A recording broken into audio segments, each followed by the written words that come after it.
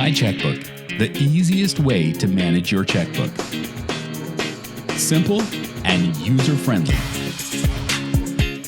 From Surprise Software.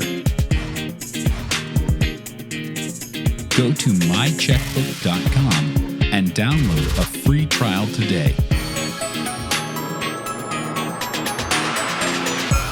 Let's take a closer look at the transaction editor. We can start with the date field. In the date field, you can type in the date if you want. You can also select it from the calendar. Choose any date you want. You can advance to the next day or the previous day by using the plus and minus keys on your keyboard. Here, I can press the plus key to go forward and advance. I can also use the minus key to go back. Next, we have the type field, also where you can put a check number. This field is good for entering how the transaction occurred. If it was a check, you can put in the check number. There are other options that you can find. You can type in anything that works for you. You could even type in words like debit card if you want to type that in. Once you've entered it and added it to your transaction record, it will show up as one of the recently used.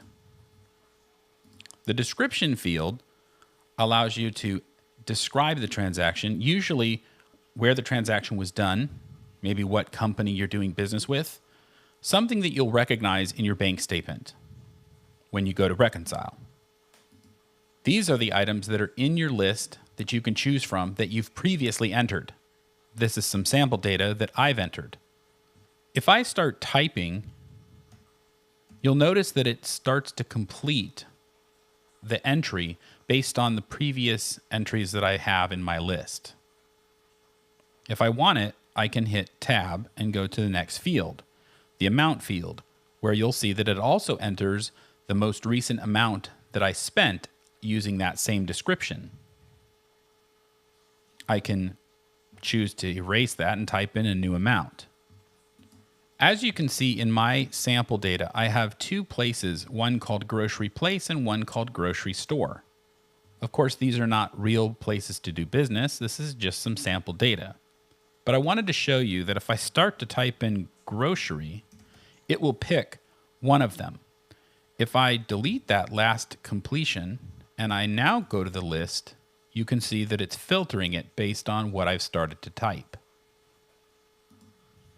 The memo field allows you to just put in some kind of information that might help you remember something about the transaction.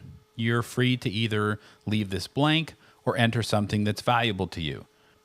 When you put it in the memo, if you later use the search feature, the searching will actually search the memos as well.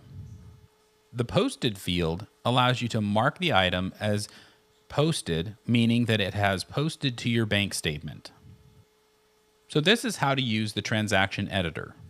This is for a withdrawal, and you can see that for a deposit, it looks the same.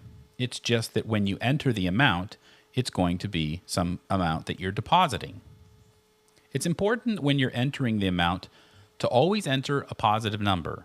You wouldn't want to put a negative number in the amount for either deposit or withdrawal. My Checkbook knows whether to add the money or remove the money based on which type of transaction you're doing. You can also see that if you have more than one account set up and you use the transfer feature, the transfer transaction editor is going to look very similar. The difference is that the word transfer will be put into the type for you.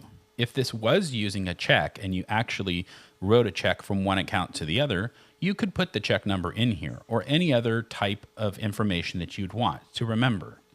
You can also choose either direction for this transfer to take place. So, since we have the personal checking account selected, I am telling my checkbook that this is an amount of money that's going to the savings account.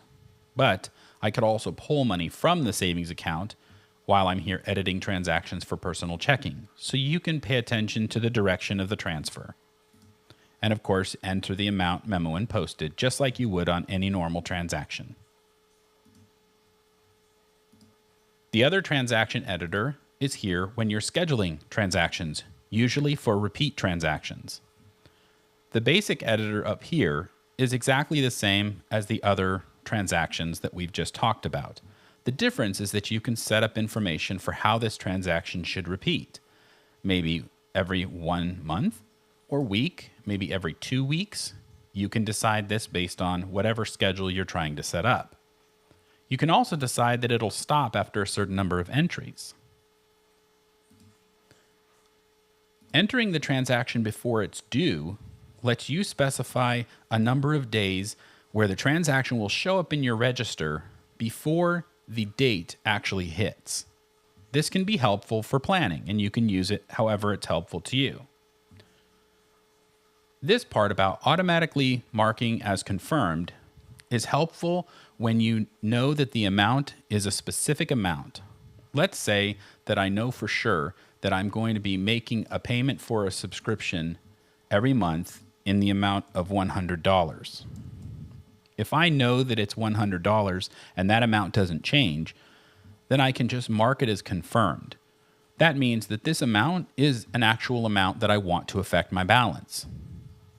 If, however, let's say it's for some kind of a bill that I pay that is automatically withdrawn from my checking account for the electricity bill, and I know that it's generally around $150, but I don't know the specific amount until I get the bill. If I turn that off, then the transaction can still be entered into my register so I don't forget about it, but it will be a little more gray. It'll show up in my list as an unconfirmed transaction, and it'll have the amount of $150. Then when I get the actual bill, I can change the amount in that transaction, and then I can confirm it there. So this serves to help as a reminder that you get the transaction showing up in your register list so that you don't forget about this bill. If you were to see it show up in your transaction list and you hadn't received the bill yet, you could check with the electric company and find out why you missed the bill. Maybe it was lost in the mail, or maybe you can check the amount online. But this can be a helpful feature, especially for those types of situations where you have a repeated transaction that you know you need to do, but you don't know the specific amount. You can leave it as not confirmed. But if it is an amount that you know, you can mark it as confirmed. So those are the different transaction editors in My Checkbook. You can visit mycheckbook.com and download a free 30-day demo today. Thanks for watching.